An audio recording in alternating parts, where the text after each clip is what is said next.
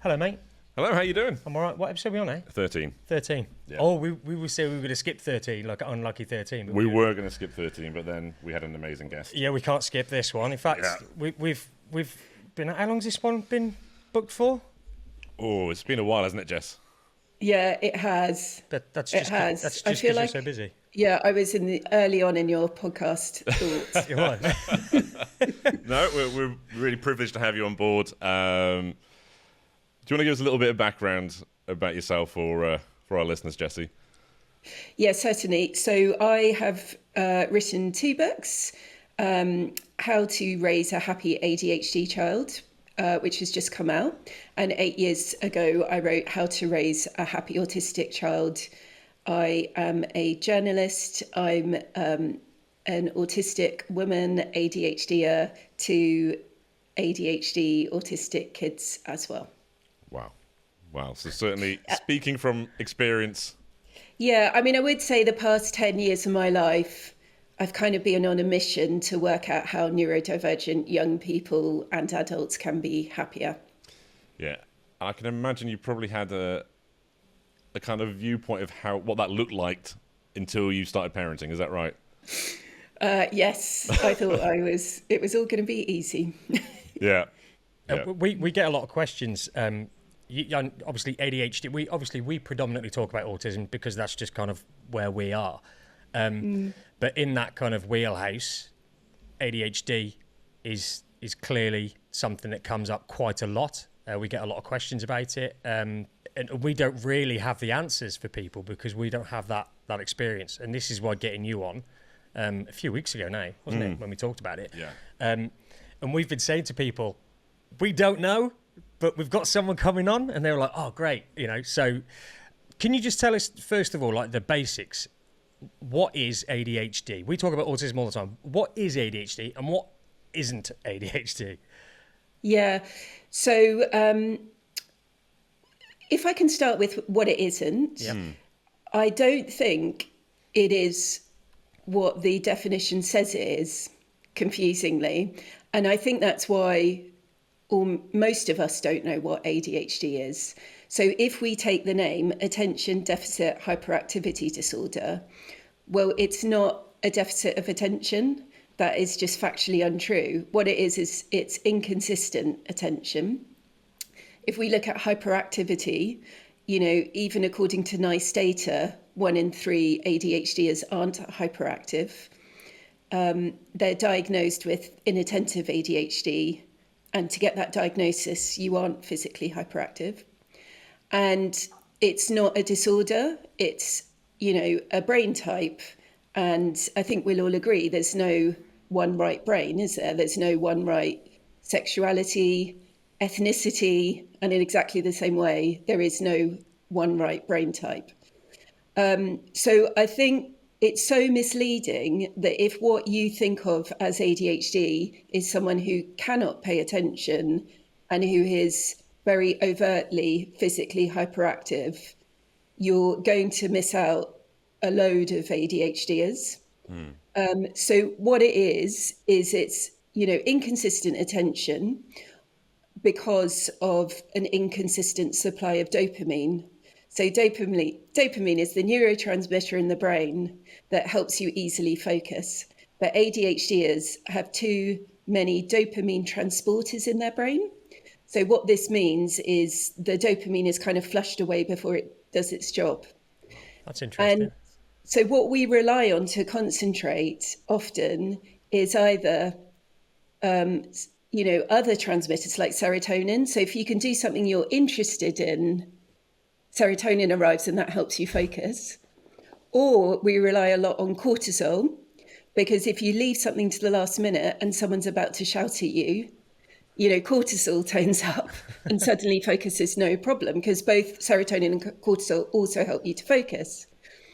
So that's the inconsistent attention, but also, hyperfocus is a key feature of ADHD. So really, it doesn't make sense that we're increasingly realizing and discussing hyperfocus, within ADHD, and yet it's still characterized by an absence of attention. Really, ADHDers when they're engaged or interested in a subject, can pay attention far, far more than a neurotypical. Yeah. But it depends on whether they're interested in something. And then in terms of hyperactivity, I think I've covered that. But also, I think, interestingly, we all think of hyperactivity as someone who literally cannot sit still. But often with ADHDers, it's actually sort of small movements that count as hyperactivity. So fidgeting. With girls, it can be like playing with your hair a lot and doodling.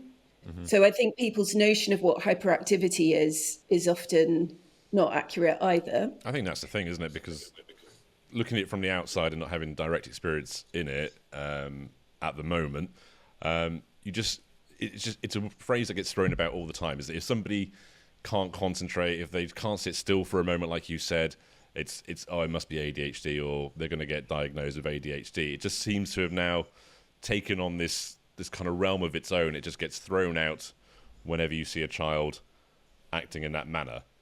But like you say, it's a lot more complex diving into it, as we're discovering with autism. We thought it was, we've said it in the past, all they're going to do is line up things they're interested in, be super intelligent, and the fact of the matter is that could be the furthest away from the truth. So it must be exactly the same as what you're saying with ADHD. Yeah, 100%. So what it is, I would say, is that it's about mental hyperactivity, not physical hyperactivity. Mental hyperactivity is present in all ADHDers. And what I think that means is having a ping-ponging brain, there's a kind of rapid chain reaction of thoughts. Mm-hmm. And often one thought leads to another, which leads to another, without the ADHDer necessarily being able to think the thoughts through or, coming to a conclusion. So I think when you've got this going on, obviously it makes things like listening tricky.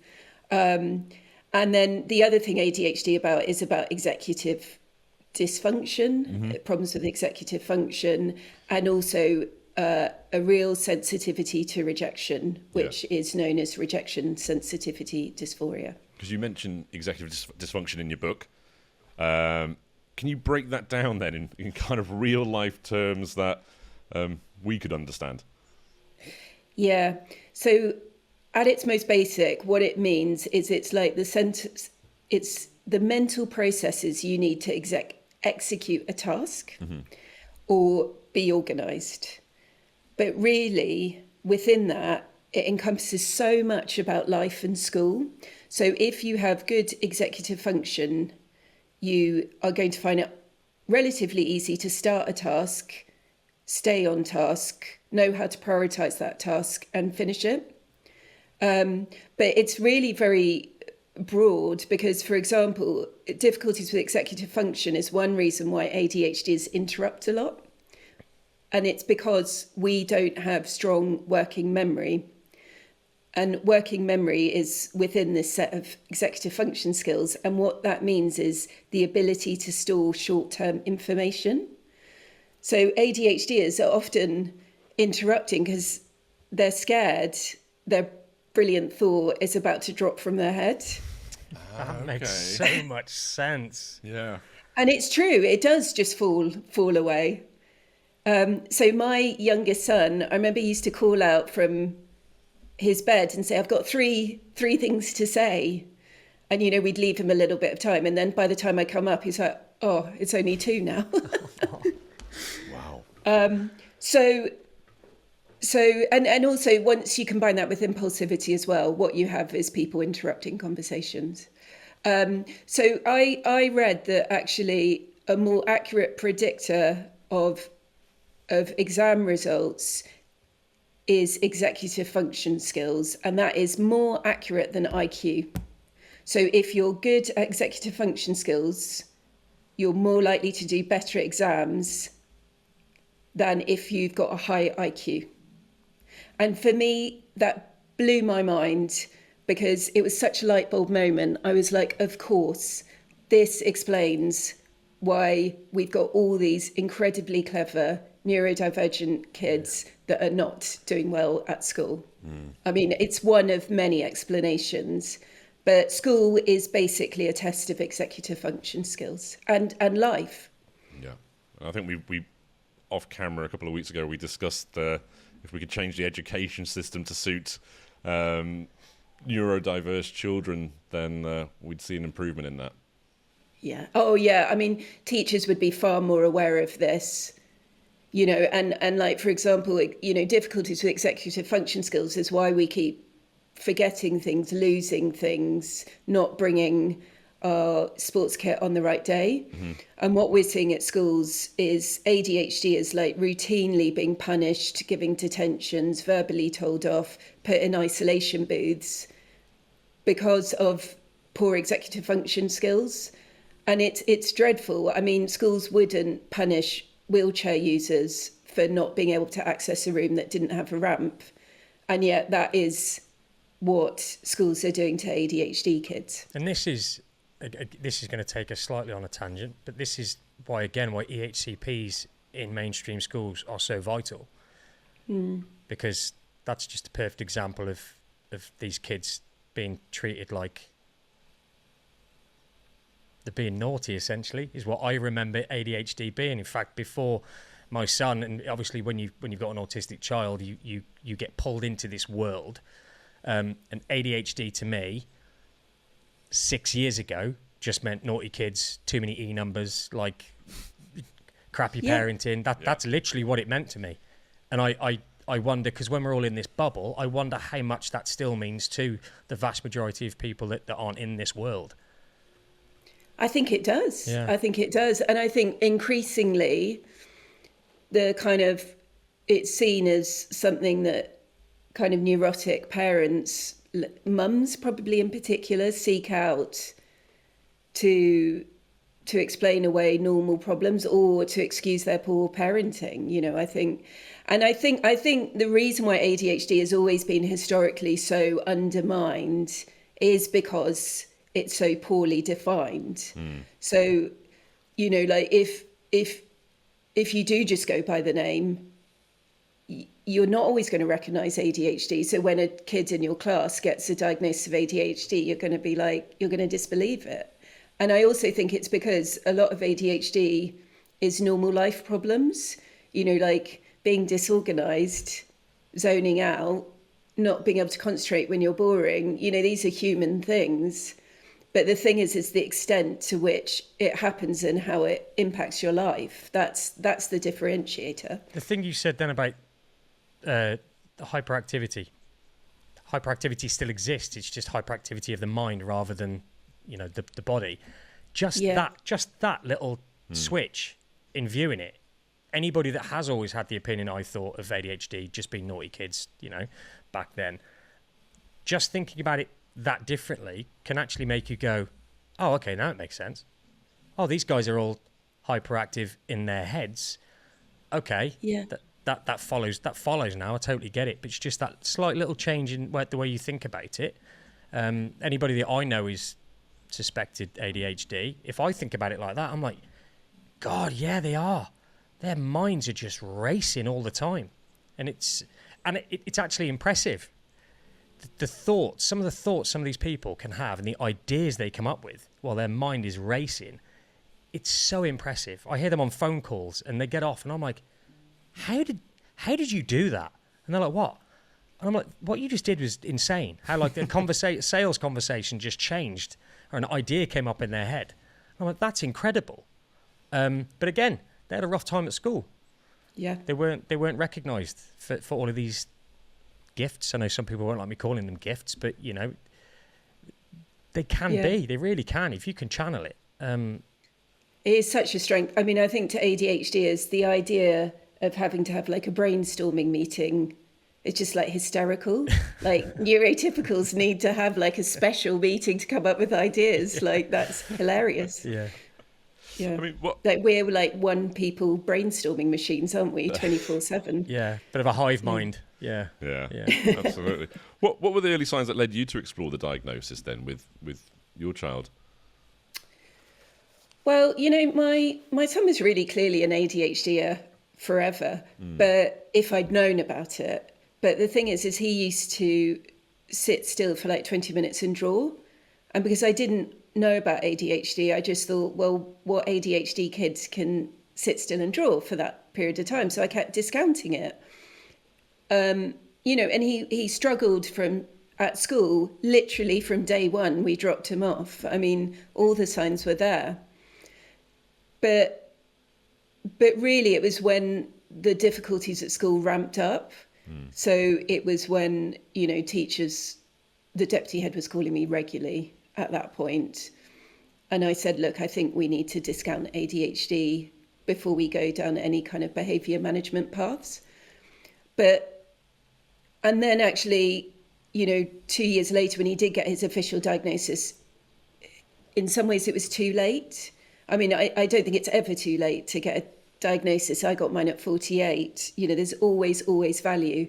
But it was too late in terms of it wasn't ideal, because 2 years later, he basically had a breakdown and he hasn't been in school for 18 months. And I really regret, because my son himself thought he was ADHD. So there was a school assembly on neurodiversity when he was 5, and they talked about ADHD, and he came home from school like really, really certain of something. And he said, Mum, I've got DHD. Mm-hmm. And it kind of made me burst out laughing, because his, attention had wandered when it came to the A part of ADHD. But really, I didn't want to be that parent, that neurotic parent that was obsessed by labels. Yeah. And so I didn't seek out a diagnosis, and I spent years thinking, is he ADHD, isn't he? It was exhausting back and forth, that I think we all have. And then by the time we thought, okay, we do need an assessment, it was in a state of crisis, really. And I look back now and I think I let those people that don't know about ADHD get into my head. And I also think, why does it matter what I think, whether he's got ADHD or not? I'm not a bloody doctor. What I should have done is picked up the phone as soon as we thought about it, got him on a waiting list, that we would have been on that waiting list for years, and then let a doctor decide whether he is or isn't. And I think if it was a more neutral subject, we wouldn't be agonising, are they, aren't they, to the same extent. You'd just be getting them assessed, wouldn't you, easily? Such a good point. That is such a big point, because that comes up in comments, direct messages to us from parents, exactly that. I was worried about, I'll call it stigma, or I was worried about, like you say, being a neurotic parent, being one of them. And they've waited and waited until it is, like you say, a crisis point, and then they've gone, bang, I should have done this at the time. Why have I just delayed it like this? And we get so many messages from parents saying that. If it was a physical ailment or an illness, we'd go, oh, do you know what? I think if they saw a skin condition, I think that's such and such. You wouldn't just go, I'll leave it. I don't want to be that neurotic parent that takes their kid. But for some reason with these, we push it to the last minute, and pretty much all of us have done it. Yeah. And it is that wanted to be seen as a neurotic parent in the eyes of the GP as well, a lot of the time. But I do think that in part is, and I've seen it in more recent years, as the NHS comes under pressure, our time with GPs now has been dropped down to, it's like 5 minutes, or at least on their book, I'm sure it's about 5 minutes. And you get this feeling of, I'm being a nuisance just by booking an appointment. I mean, if you can get past the receptionist, you've done well. Totally. So it's no wonder a lot of parents do worry about this kind of neurotic feeling that they might be seen to having when they go and visit a professional, when all we're doing is trying to do the best for our kids. Yeah, and we're getting answers to valid questions. Yeah. And I think there is this social shaming that's going on. And the people who are most vociferous about this aren't good people. No. I mean, we're talking about Andrew Tate, Farage. I actually find it kind of hysterical watching Andrew Tate's YouTube videos, because he very much seems like an ADHDer to me. Oh, but he's there saying, we all like this at school, that kid just needs a slap. But, don't let those kind of people get into your head. Do you think it's getting better, though? No. You think fair enough? Do you want to think about it? Light into the tunnel. Is it getting better? Nope. No. So you think it's as it is, or it's getting worse now with some of the rhetoric out? I know the rhetoric, we've talked about it in the last couple of months, is certainly hyped up, but generally do you think it's kind of stayed the same, or it's getting more combative out there? Well, when I was writing my book, the rhetoric was just getting worse and worse and worse. And actually, to be honest, it was getting so awful that I almost feel like everyone's just splurged this kind of nastiness and have exhausted themselves now, and it's going more quiet. But I mean, also what's so upsetting about it is, you know, like we've got really senior people, like, I mean, Wes Streeting hasn't come out and said ADHD is overdiagnosed, but he's come very close to it and he's certainly hinted at it. But actually, if he looked at the data, it shows that it's underdiagnosed, not overdiagnosed. So academic researchers have looked at the prevalence of ADHD. You know, they've taken groups of people around the world and screened them, and they've worked out, you know, on average, what proportion of the population has ADHD. And for kids under 18, depending on your age, it's between 5.9 and 7% of the population. Now, we've got 5% of kids under the age of 18 identified. And so, I mean, that may not sound a huge difference, 2 percentage points, but it's hundreds and hundreds of thousands of children that are not being identified. Yep. But why everyone thinks everyone is getting diagnosed with ADHD at the moment is historically it's been underdiagnosed quite dramatically. So at the moment, yes, more people are being picked up, and that is good news. But also, often their parents, you know, learn about it through their child. Yep. And then they're getting identified, because we've got this process of people getting identified in the here and now, and also the people who weren't identified in the past are also getting identified at the same time. So that's why it feels like everyone's getting a diagnosis. We had that now. with a dad who was on recently, Jason. It was only through looking at his children and recognising their traits in himself and seeing, my goodness, this explains everything what my childhood was like. He went and got himself diagnosed and through work, and it turns out, his children have the same traits as him. Yeah, and luckily he had an employer that very understanding and they actually helped him find it. I mean, I sort of feel like it's a bit, there's parallels with gay history. Like when, you know, the first brave people came out and said I was gay, it was assumed this was an incredibly rare thing. And then, you know, more people came out to say they were gay as well, because they were spurred on by other people doing it. And then, you know, society like took fright and was like, oh my God, like what? Why is everybody gay all of a sudden? It's a pandemic. Exactly. It's a gay pandemic. But then we had all the horrible stories in the 80s. We saw them all, you know, AIDS and everything else like that. And the scare tactics were out there. And I can see the parallels. Yeah, and people thought it was pop music at one point causing gayness. Yeah. And then over time, you know, people slowly come to terms with the fact that being gay wasn't as rare as once thought, and then it's okay. Yeah. But that process takes a while.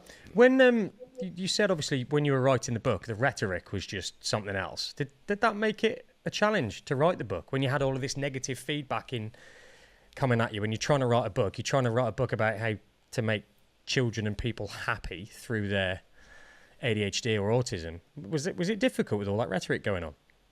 It gave me a sense of real urgency and like this feeling of responsibility. Like, I guess in a way I wanted to respond to those people. So you powered through it. But also, I really feel that the most important thing is to know you're an ADHD. That is like without that, I don't think you can easily be happy. And, you know, we were talking about schools, you know, with people not getting diagnosed till later on, it robs the chance for us to have those conversations with teachers sooner, doesn't it? And, you know, in theory, it's needs-led and not diagnosis-led. But, you know, we all know that with schools at the moment, you know, it's really difficult to get support unless you've got an official piece of paper, isn't it? Yeah. And I think also as a parent, you don't have the confidence, do you, to talk about things until you've got that piece of paper. Yeah. So I think if people don't know that ADHD is, a kind of sense of shame can overwhelm them, because they're very aware, we're all aware of where we're falling short, really. And with no explanations for why that is, you just assume you're a shit person or you're lazy or all those other things. Yeah. And this is why it upsets me, is because actually, I know this is distressing to hear, but, you know, ADHDers at the moment are 5 times more likely to commit suicide than neurotypicals. And, you know, I'm not saying medication is the be all and end all, but the research does show that people on medication, the likelihood of committing suicide goes down, likelihood of going to jail goes down, having drug and alcohol problems goes down.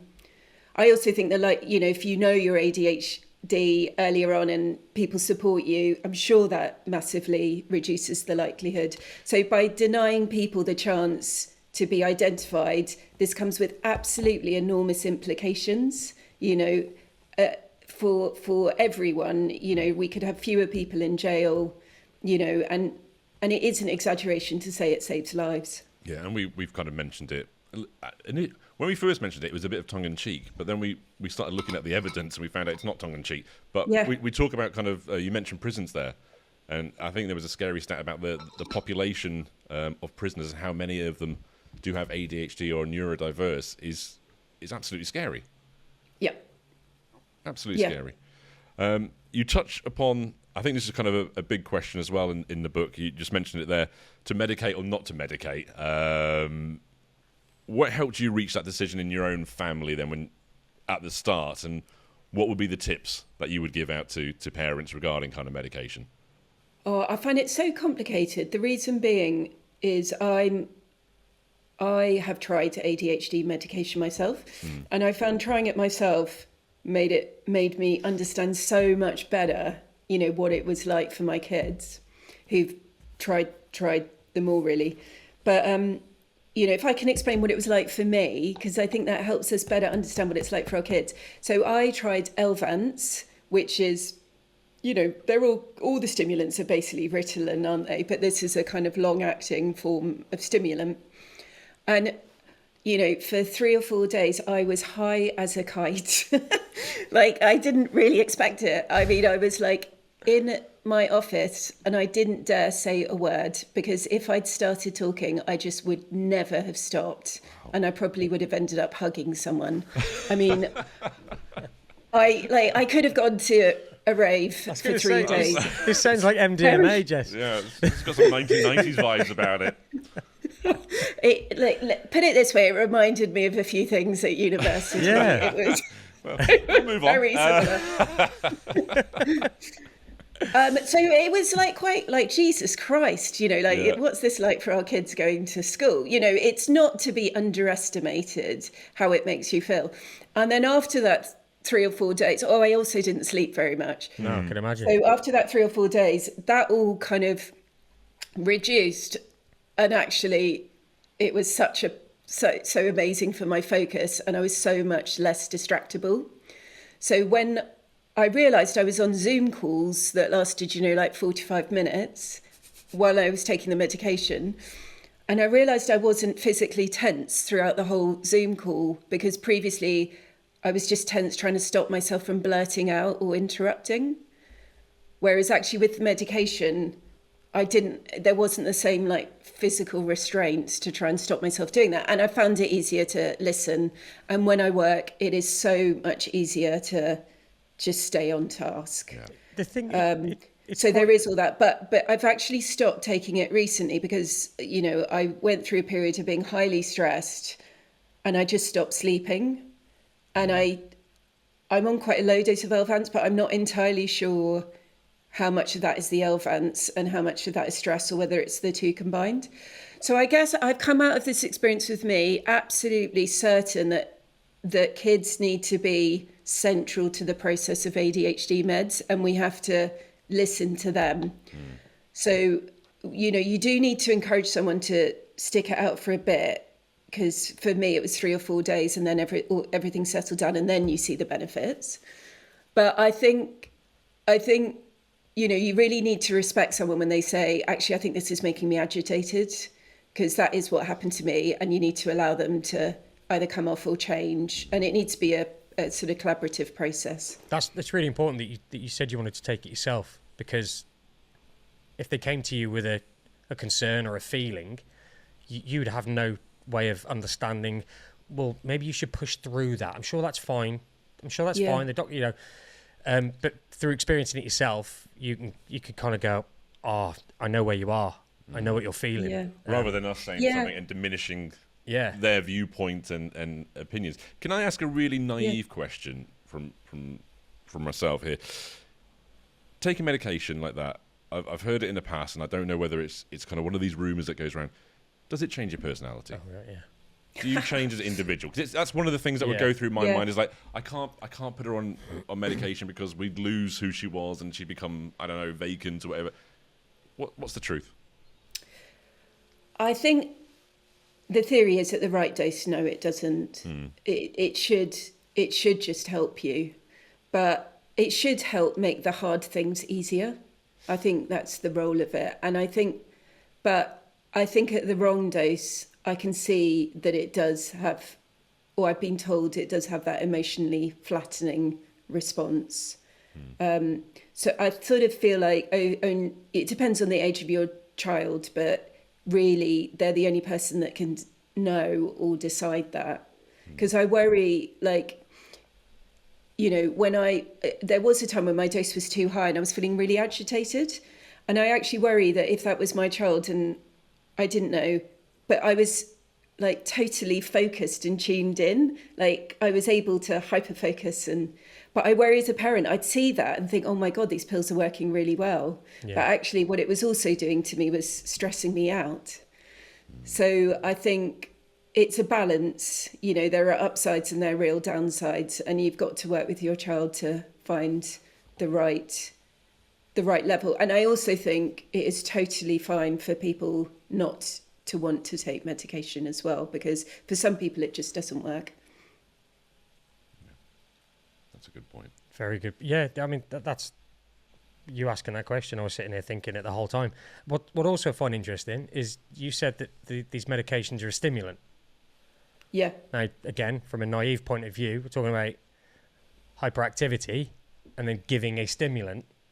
Now, can you explain roughly how that, I know you're not a doctor, but roughly how that works? And from what you said, to start with, you kind of take it off like a rocket ship, but then I'm guessing the body gets used to the dose, and then you start to level out to the point where you're supposed to be, not dropping down even further again. Like, how does that work? Yeah, it's really counterintuitive. Yeah. So basically how stimulants work is they block the dopamine transporters. So do you remember I said that the dopamine transporters are the thing that flush the dopamine away? They block those. And so you've got higher level of dopamine in your head. So it's not, you know, some work in different ways. Dopamine, there's another neurotransmitter that I can never pronounce properly. I always want to call it norepinephrine, but it's norepinephrine or something like that. But they're increasing the levels of... that's right. Yeah. They're increasing the level of... these neurotransmitters that make lots of things possible, but executive function, really. So dopamine is the bedrock of executive function. And non-stimulants work in a different way, but they often increase levels of the norepinephrine. So they're just looking at different neurotransmitters as well. And one non-stimulant, which my son tried, called guanfacine, also kind of like reduces some of the responses from the amygdala. So that's kind of your like emotional response part of your brain. And actually I know to say they were blunted is probably too extreme, but it meant some of his big reactions came down, and that's partly that process. God, have I confused you? No, it's just interesting. I mean, I know, like talking about neurotransmitters. So there's dopamine, serotonin, epinephrine. Is that right? And then, correct. Well done. Is that what it is? Epinephrine. There's another one, though, isn't there? But they're all really important, and they all do very different things. So like dopamine is the one that most of us, we go to the, I mean, to the gym or something. Yeah, if you go to the gym, you get that dopamine hit. But then for ADHDers, the dopamine isn't really doing it for them. So they then have to pivot and carry out a different activity, which might be leaving something really late. Yeah. For then cortisol to kick in, for the stress hormone to, and I've seen it again, these amazing people. I'm going, we've got a meeting in 5 minutes and we haven't done, and I'm like, how are we going to do it? And he's like, it's fine. Does it, bang, like 30 seconds left till the meeting, starts the Google Meets meeting, and he's like, hello everybody, here's the presentation. And I'm like, they have no clue, we've literally just finished this.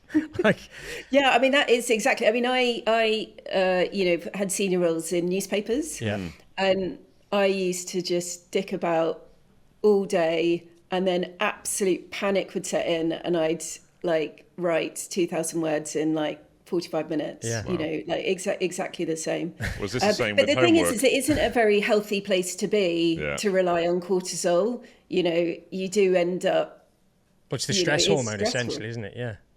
Yeah. But the exercise really has the same, well, to put it the other way, medication does the same thing as exercise, but the thing is medication lasts longer. So at the moment, no one exactly knows after you do exercise how long your brain will see increased dopamine and cortisol fall. So until we know that, it's really hard to properly make the decision whether exercise can be a replacement. Okay.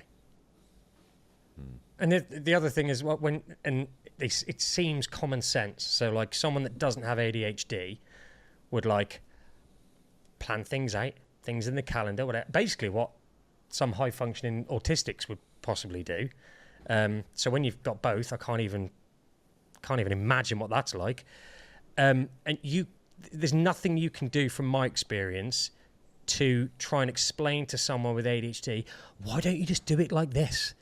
Your life would be so much easier. Like I've tried that with a couple of people and they're like, I know what you're trying to do. It ain't gonna work. But for us, we just don't get it. We're like, well, just do it like this. But for them, it doesn't work. Yeah, exactly. And I think I find being an ADHD is intensely frustrating because, you would love to work productively. Productively, neurotypically productive. Yeah. But you can't. So you end up like it's frustrating. So you end up spending for example, I can spend a lot of my day not really doing something, and then I have to do it in the evening. So I'm constantly working. It would be much better for me if I could have done that in 8 hours, but that's just not how my brain works, unfortunately. This is, scarily sounding familiar. Why? Just everything you said there is... I'm starting to relate to a few things, so that might be something to look into. It's the whole, like I touched on it before, obviously we keep seeing, and I have zero experience in it, but autistics with ADHD, those, from my very limited understanding of it all, even with autism, like I only have my experience with my son, they seem like such opposing characteristics that live inside the same mind. Yes. I can't even fathom that.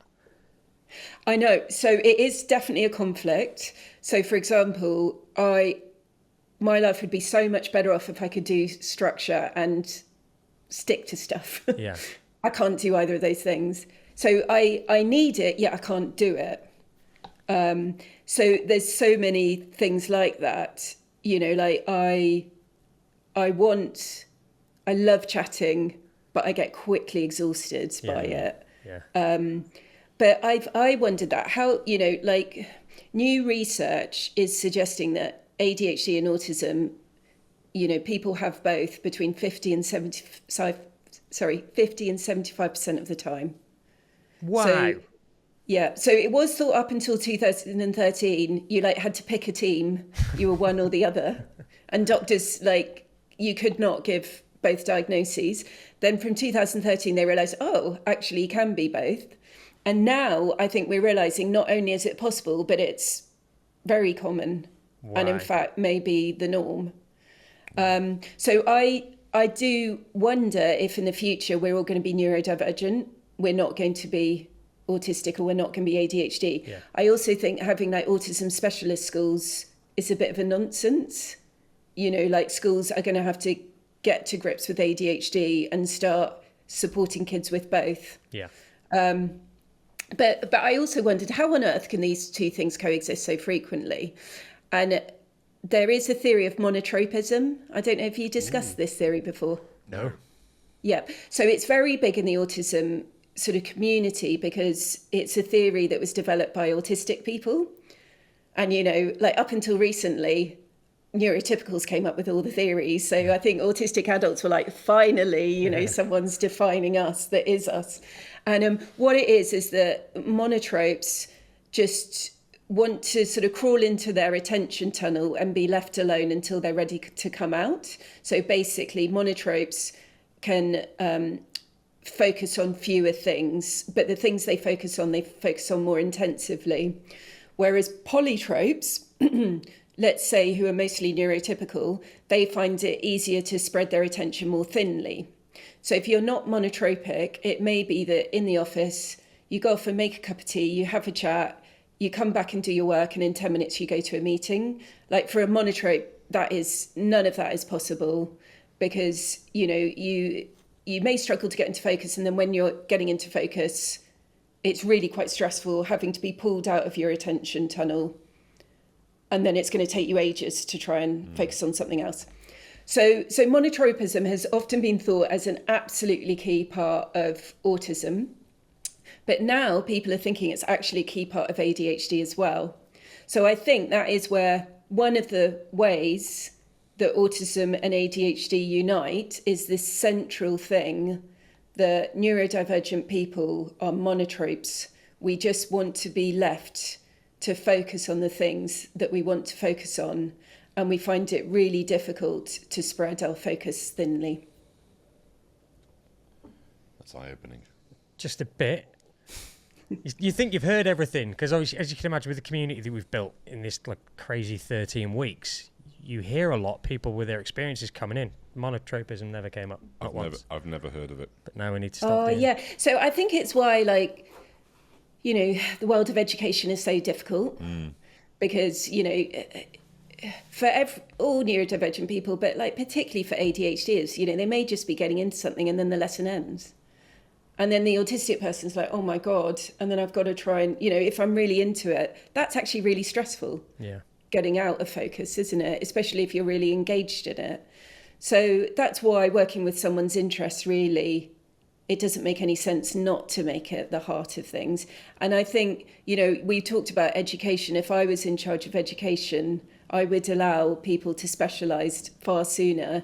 Like, I think GCSEs is really difficult. You know, you're asking ADHDers to like engage with things that really bores them and focus on things for ages which they've got no interest in, and therefore they're going to be fighting their brains the whole time.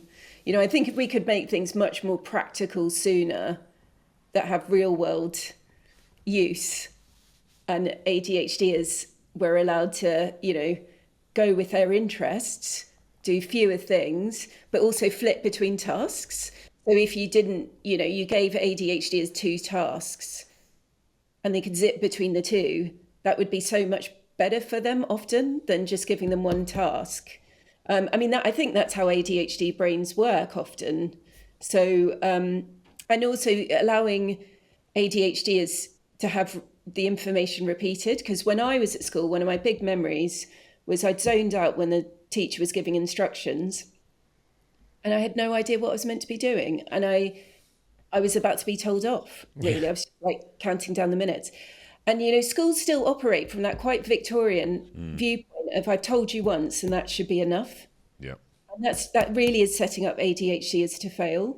You know, they need that opportunity to ask clarifying questions. And I think, like, how amazing would it be for, you know, an ADHDer to be allowed to say to the teacher, I'm sorry I zoned out. And the teacher say, don't worry, that happens. You know, we all do it. Yeah. The thing is, the schools aren't necessarily set up well for typical kids either. Yeah. I think any benefits that could come from changing the way the system is for neurodivergent people, I think it can only benefit everybody. Yeah, I 100% agree. Yeah, it might. I mean, when I go back and think of my time at school, I don't necessarily think I'm neurodivergent, but from a typical perspective, I look back and I think like, it was just this cookie cutter approach to education, which meant that by the time I came to do my GCSEs, I, along with lots of other people, were all left by the wayside, because it was like, okay, well, I can't stick him on as, hey, look at what I created. So we'll let those ones go, and these will be my A's and B students. And you just end up, and your self-confidence just goes through the floor. Yeah. But then it's only as I've got older, I realised, and I started absolutely, I mean, I got 3 C's, 7 D's and 2 E's. And my I'm really E's, sorry, I forgot to turn my phone off. that's fine, mine went off a minute ago. Mine, my E's were in maths and English, and I was absolutely devastated. It was only when I joined the army and I started, I had to do exams around dog handling and dog training for explosive search. I was smashing these exams. I was absolutely nailing them. And it's because I gave a shit about what I was learning about. Yeah. Yeah. Now, I genuinely, yes, there's ADHD and there's autism. I think that's the same for most people. If you genuinely care about the thing that you're supposed to learn, you've got a much better chance of doing well. This whole cookie cutter thing, like, you know, the list of subjects that children have to learn these days, and the content within that, whether it's Pythagoras in maths, if you could just teach every child basic maths, basic English, and then if they wanted to go on and do higher, then they can. But there's no like core stuff that they're doing that these children could get good at and feel confident and leave with a really good general knowledge of a lot of these subjects. But we were saying it for years. A kid said it at school. Miss, why am I learning this? I'm never going to use it. It's kind of true. It's yeah. You knew it was true at the time, didn't you? Whatever they replied to you. But what you've said about your own grades, I mean, I feel quite outraged on your behalf. You know, having met you, clearly you're someone with skills. And I often feel that with neurodivergent adults, you know, who are just some of the brightest people you'll ever meet, and they left school with like no GCSEs. You're like, how did that happen? Yeah. So everybody else has already got a 20-meter head start in the race, and you're just kind of having to start again, aren't you? Yeah. And it was just it's different ways of learning. Now, my mum, bless her, she used it for my maths. She could see how terribly I was going to do in my maths, and she would put, with coloured paper, she'd put the times tables up in the bathroom. So if I'm ever having a bath, I'd be like forced to lie there and stare at these A4 sheets of paper, and it just wasn't going in because I didn't give a shit. I didn't care about the thing I was being told I had to learn to be successful in life. I'm now 43 years old. I still don't know my times tables, and I still don't give a shit. But well, I didn't need it then, and I don't need it now. We had a teacher at school who says you need to learn it because you'll never have a calculator in your pocket. And lo and behold, the iPhone was that. That's really important. They had the little Casio watches then, didn't they? Yeah. There was the calculators on them. You'll never have an it would take encyclopedia 2 hours with you. to do the tiniest thing. Yeah. That is really important because with ADHD, that is quite key because there's somebody, Dr. Dodson, who said that ADHDers generally don't care if your teacher or if the exam board thinks something is important and you have to learn it. All that it matters to them is whether they feel it's important to learn. Does that make sense? Yeah. So it's called an interest-based nervous system. So like with neurotypicals, potentially, even though no one finds it easier, they may find it easier to learn something and get on board with the need to learn about it because their teachers told them they have to. But with ADHDers, that's not going to be persuasive. No. Well, that's interesting. And it was really interesting because I was listening to a Desert Island Disc with Ronnie O'Sullivan, and he was saying exactly the same. Now, Ronnie O'Sullivan, I think, also gave this amazing definition of what happens to him when he's in the zone. And I actually think what he's describing is hyperfocus. I mean, I've got no idea if Ronnie O'Sullivan's ADHD, but he talks about that feeling flow state of feeling powerful, you know, in the moment. You're not overthinking anything. You're just feeling powerful. And that, I think, is what hyperfocus gives to people. Is like you're failing at school, you know, your mum is turning you off because your room is a mess. But in those moments, when you're hyperfocusing, you're smashing it. You know, all the other concerns, kind of all the kind of sensory overwhelm, everything else just kind of floats into the background. And I sort of think hyperfocus and allowing kids to hyperfocus on whatever it is kind of like mindfulness, isn't it? I mean, I think special interests are like autistic and ADHD mindfulness, I believe. So I think just allowing our kids to really, you know, really indulge their special interests as much as possible. And my kids, it is, you know, Roblox and Minecraft and screens. And I know that's a double-edged sword, but I also think it, you know, it gives you that feeling of smashing it, which kind of can right or wrong when our kids are so often not smashing it and being told that. Have you heard of flow state? Yes. Is that what hyperfocus is? That one and the same thing? Because the reason I say that's my understanding is that often people use it interchangeably. Yeah, because when I think of like these extreme sports, really successful, they also talk about neurodivergence, whether it's whether they had ADHD or dyspraxia or dyslexia growing up, but they've found this thing, and then they talk about this flow state, which is like what surfers get it a lot. Surfers get into this flow state, and that to me just sounds like they've been able to really channel this thing that they again want to learn, want to do, and can hyper focus on it. And this is this flow state, this hyper focusing. It's a skill that is very difficult to get it. Like most typical people can't get into this flow state. They've studied it. It's very hard to do because it's like meditation.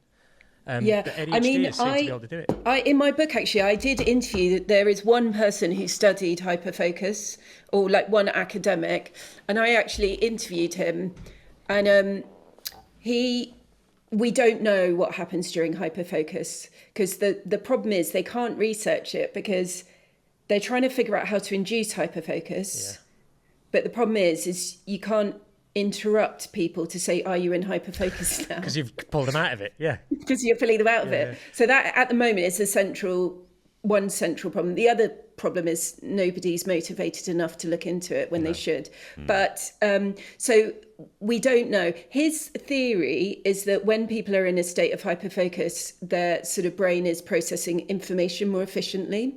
So it could be that sports people, you know, their hand-eye coordination is happening more efficient than when they're out of hyperfocus.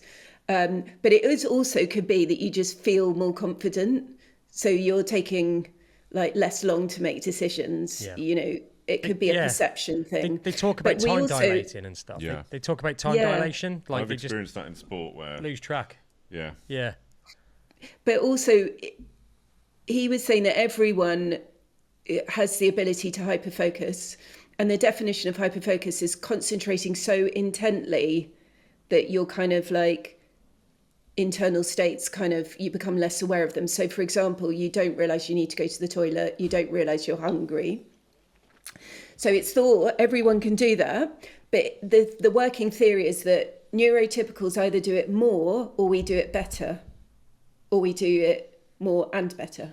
I'm fairly certain there's a department in the US that are probably looking into this at the moment. Yeah, there will be. I was going to say, because if you could make that a drug. I mean, exactly. You'd make a billion. Give it to all your employees. But I also think, like, if we went back in time and we looked at, you know, the control center for the people that were figuring out how to get a rocket to the moon, or the scientists, like, what proportion of them would have been autistic and ADHD? You know, that combination of autistic logic with hyperfocus, that's where the magic happens. And, you know, I feel like as a society, we've demonized and pathologized this group of people that have always like dragged humanity towards a more advanced state.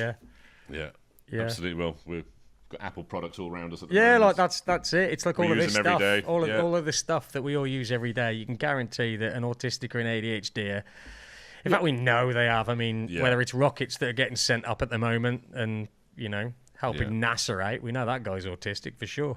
And probably ADHD. Absolutely. Just moving on to kind of a separate topic. I know in the book we've got a chapter called Negotiating with the Local Authority, which I'm sure will resonate with many parents out there. What are the most common mistakes we make when dealing with the system, or what tips would you give to parents just starting out on that journey? Oh my goodness. I mean, in my book, I dedicated a huge amount of time to try and explain it out. And I think one thing is to realize it's like a one long negotiation process. So I think what happens is often parents are given an answer by the local authority and they think that's the end of it. Yeah. And it absolutely isn't. So I think it's really, you've got to understand the process you're in. And as we know, you can't inform yourself just via what the local authority says. They're the people that really lose out. So basically how it works is you've got to present your evidence. Everything is about evidence. And the local authority, it's called a panel. They're the ones that make the decision. And you're entitled to question everything and ask panel to reconsider or produce new evidence. So, and once you feel like you've exhausted the process with the local authority, then, you know, you can go to the tribunal system. And often, depressingly, once you go to the tribunal system, the local authority starts playing by the rules because it has to. Yeah. It's one huge negotiation process. I think it's kind of similar to school. You know, your approach needs to be polite but insistent, you know, assertive, polite. The vibe you're giving them is, I know the law and I'm not going away. Yeah. But, you know, again, it's like schools. If you're in a, you know, not good school, the moment you get angry at the school can use that, your anger against you, no matter how justified it is. So it's very stressful. And it's the same with the local authority. So really, you just have to just remain calm and, you know, read that chapter of my book. You can get it out the library as well. I think it's, I tried very hard to make it as useful as possible. You know, always think about the research, the evidence. You know, if you're presenting the local authority with new evidence, it's much, much harder for them to say no. Yeah. That's really helpful. A lot of the messages we get is, I've been told no. Whatever it is they're trying to do, I've been told no. And they don't realise, they just feel powerless. And it's hard enough being in the situation these parents are in.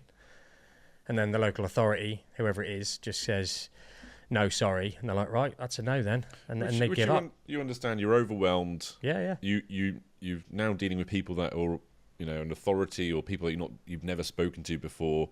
You're trying to educate yourself and you take what they say at face value and you're very, very trusting. I was guilty of it. You've mentioned it as well. Yeah. We constantly get parents mention it. And we joke sometimes. We see those memes of, this is what I was like when I started out the journey and this is me 3 years later. And it's so true. You start off very, very meek and trusting. And at the end of it, you're kind of like, I know what I'm supposed to do. I will be polite, but I'm going to be extremely firm because I'm educated now. Yeah. And this is what's happening for my child. And those individuals seem to have a greater success than people that take everything at face value or don't want to educate themselves or whatever the case may be. So, yeah, I think that's really useful advice. And I think also, you know, I in the past have been far too worried about annoying people, upsetting them, pissing them off. Yeah. You know, do not worry about that with the local authority as long as you're being polite. Mm-hmm. You know, they've seen it all before. Yeah. You know. Yeah. And you're not there to make friends at the end of the day, are you? You're there to get the best for your child. I mean, now I've got a caseworker and I know I will not get a response from her unless I CC the whole of the local authority senior management. Yeah. That's basically I've realised, that's how it works now. And you're not alone. So, exactly. I mean, I have to say the stress is right up there. I mean, like my dad died and it's not like that, but it's not too far off negotiating my children's plans. I mean, I ended up on antidepressants trying to deal with it. It's like, we all know this. It's absolutely horrendous. But if you're fortunate enough to have a partner, I think if you can say, sometimes with my husband, I'm much better at doing this than he is. And sometimes I say, look, can we just go to the pub and write this email together? Because I'm so stressed out of my mind by it. Yeah. I just need company while I do it, really. Or sometimes I just say to him, can you just take over for the next month? Because I really am going to have a nervous breakdown. This is really good. This is part of the reason why we started this, the Autism Dadcast, was to get dads in the picture.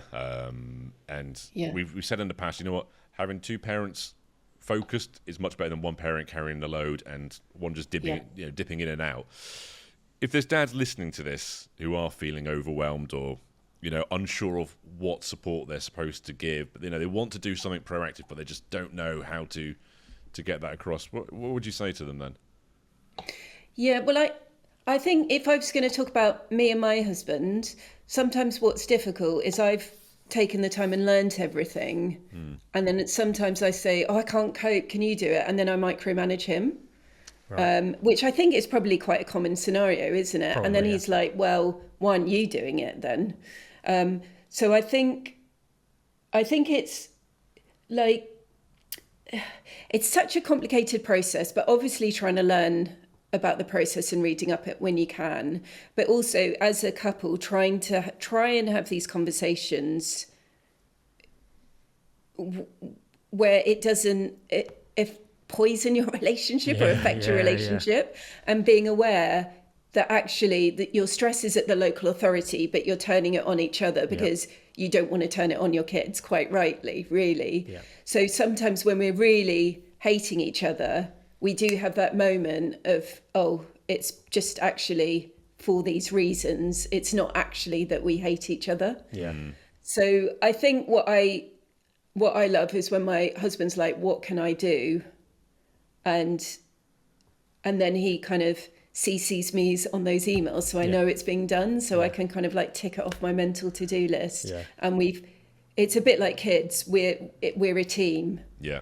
But I think that can be difficult. I really recommend trying to do some of these stressful emails in the pub when you've had 1 to 2 glasses of wine. Just spell check it after. Don't do 3 or 4 glasses of wine. That would be a very different email. Maybe just send it to yourself and review it the next day before it goes out officially. Yeah. Schedule send. I know this isn't necessarily your wheelhouse, but it certainly is more yours than it is mine and Andy's. PDA. Right? Yeah. We get asked about PDA so much. Pathological demand avoidance. We know absolutely nothing about it. We have no experience in it. What do you know about PDA? What do you think about PDA? And Yeah, so I think I'm about to start writing a book about it. So it is very much on my mind. Yeah. My youngest son has a diagnosis of PDA. So what I think about it, and I want to caveat this by saying nobody knows much about PDA. No. Not much research has been done. What has been done suggests that it mostly is an issue for kids who are both autistic and ADHD. But I think in general, PDA, in general, human beings are demand avoidant. That is a universal thing. I think we all know that if you're married, don't we? I mean, demand avoidance is a thing. Don't tell me what to do. Yeah, exactly. And then, but I think if you're neurodivergent, I think it's more of a thing than if you're neurotypical. I don't know whether that's just because of the way our brains are wired. I wonder if it's just because we've got a whole, load more things to be stressed about, and therefore we need to feel a sense of control. And then I think you've got this section of neurodivergent people, I don't know if this is true, but let's say 5-10%, where the demand avoidance has quite an extreme impact on their lives. And that those are the people that get diagnosed with PDA, let's say. And so what PDA is about, and why I think it's different to normal demand avoidance, is that it's an extreme reaction to so-called ordinary demands. Typically, it's a very high anxiety response. But really, your response depends on your emotional state. So PDAs will sometimes be able to cope with demands in a way that when they're very stressed out, they can't cope with any. So I think every single demand causes anxiety, but the levels depend on how you're feeling. Yeah. But what defines PDA is that often you can't comply with the demand, and that's even true if you want to. So I think that is the thing with PDA is, like, I once spoke to a PDA adult who really wanted to get married to her boyfriend, but she can't because it's a demand. My word. So I'm just going to... Sorry, my go on. computer's about to run out of batteries. Yeah, no worries. Get it plugged in. So that's interesting. So it feels like a demand. So just is sometimes this, particularly with children, is it a way things are communicated so that it's received the way it was intended rather than... Because the way you say something can feel like a demand when really... So if I said to go get yourself a glass of water, that would trigger... You couldn't easily say that to a PDA who's stressed out. So what you would say is, if you want a glass of water, there's some ice in the freezer. Even if you say help yourself to a glass of water, that's still a demand. Still a demand, isn't it? Yeah. It's difficult, and I find it really. Glass of water, yeah. I don't want it now. Yeah, I don't want it. I'm really thirsty, but now I can't have it because you told me I had to go get one. It's exactly that. And I think that's what makes PDA so difficult, is it's this constant like mental negotiation. So often PDAs are locked in these horrible internal negotiations because they want to comply to you. They don't want to create a huge scene. They're anxious that huge scene is coming, but their brain is stopping them from complying. So I assume that PDA is actually the brain misinterpreting demands as threats. Yeah. So your body goes into flight or freeze or whatever. And then going back to education, you translate this into a standard education environment. Disaster. Demands all day. So the majority of kids who have a PDA diagnosis are not in school full time. And I think also for the PDA, it's this I think you're trying to manage your environment the entire time so that demands aren't placed on you that you can't cope with. So, in the bad old days, this was described as being manipulative, but nowadays it's described as being socially strategic. And just what it means is that you're trying to, in your interactions, reduce the likelihood of someone placing a big demand on you. So you might be using humour, delay, all these other tactics to try and either get round demands or to stop them happening. Wow. It must be quite... When did you... Is it your son that you said had PDA? Yeah. So at what point do you go, this is something else? Because it would appear that I've just got a naughty kid that doesn't want to do as he's told, initially, I'm guessing. Yeah. At what point do you realise this is something else? We didn't, actually. So he went for his autism assessment, and that's when they said to me... Oh, he came with that? So the woman there was like, I've got 20 years experience, and I very nearly couldn't complete the assessment because of his demand avoidance. Wow. And it was interesting because there'd been other people that'd been trying to assess him for various things, and they always said to me, we can't complete the assessment. Now, I thought that was because of his lack of focus, but then I realised it's because of demand avoidance. And again, we don't exactly know enough about PDA, but from what I know now, the only thing that works is a low demand approach. And that means, it depends. My son was in a very bad way, so we didn't place any demands on him at all. So what that looked like was that he was on screen the entire time in his pajamas. If he didn't want to get dressed, he didn't get dressed. And that was the only way we could kind of piece him back together. And now he's in a better way, but I still have to judge it according to his stress levels. So if his stress levels aren't too high, I'll discuss with him something I want him to do and sort of say to him, will your brain allow it? Or what can I do to make your brain allow it? So it's more of a sort of collaborative process. And this is and you can understand say you have an older generation where this completely blows their mind, or people that are just not open-minded, they would just come out and go, oh, they're just lazy. I'd grab them by the collar of their shirt, I'd show them and get them out there, and I'd say, get your own thing, and I wouldn't stand for this in my house. You're making a rod for your own back there. And there's still a lot that needs to be done to educate people and spread that awareness. Yeah, I mean, people are still seeing autistic kids having meltdowns and thinking they're having a tantrum. Yeah. So you can certainly see why. Yeah, you can certainly see why not wanting to do what you're told will get confused, or PDA would get confused with a kid that just doesn't want to do as he's told. Yeah, and when I was, I did a parenting course on non-violent resistance, NVR, which is really helpful for kids with PDA, but I would say really helpful for ADHD kids as well.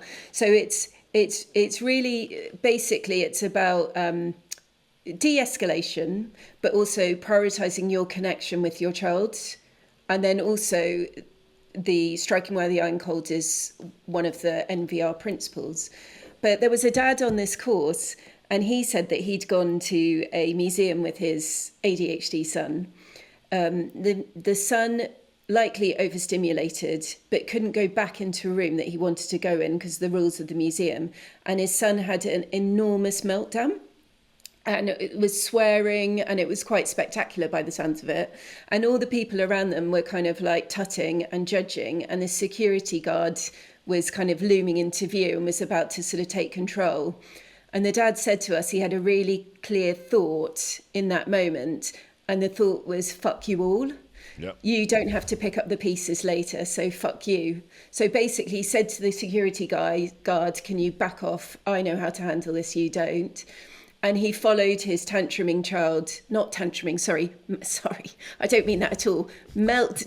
child around the museum and let him go into the room that he wasn't allowed in, because that was going to be the quickest way out of the meltdown, which, like the tube scenario, was better for everyone.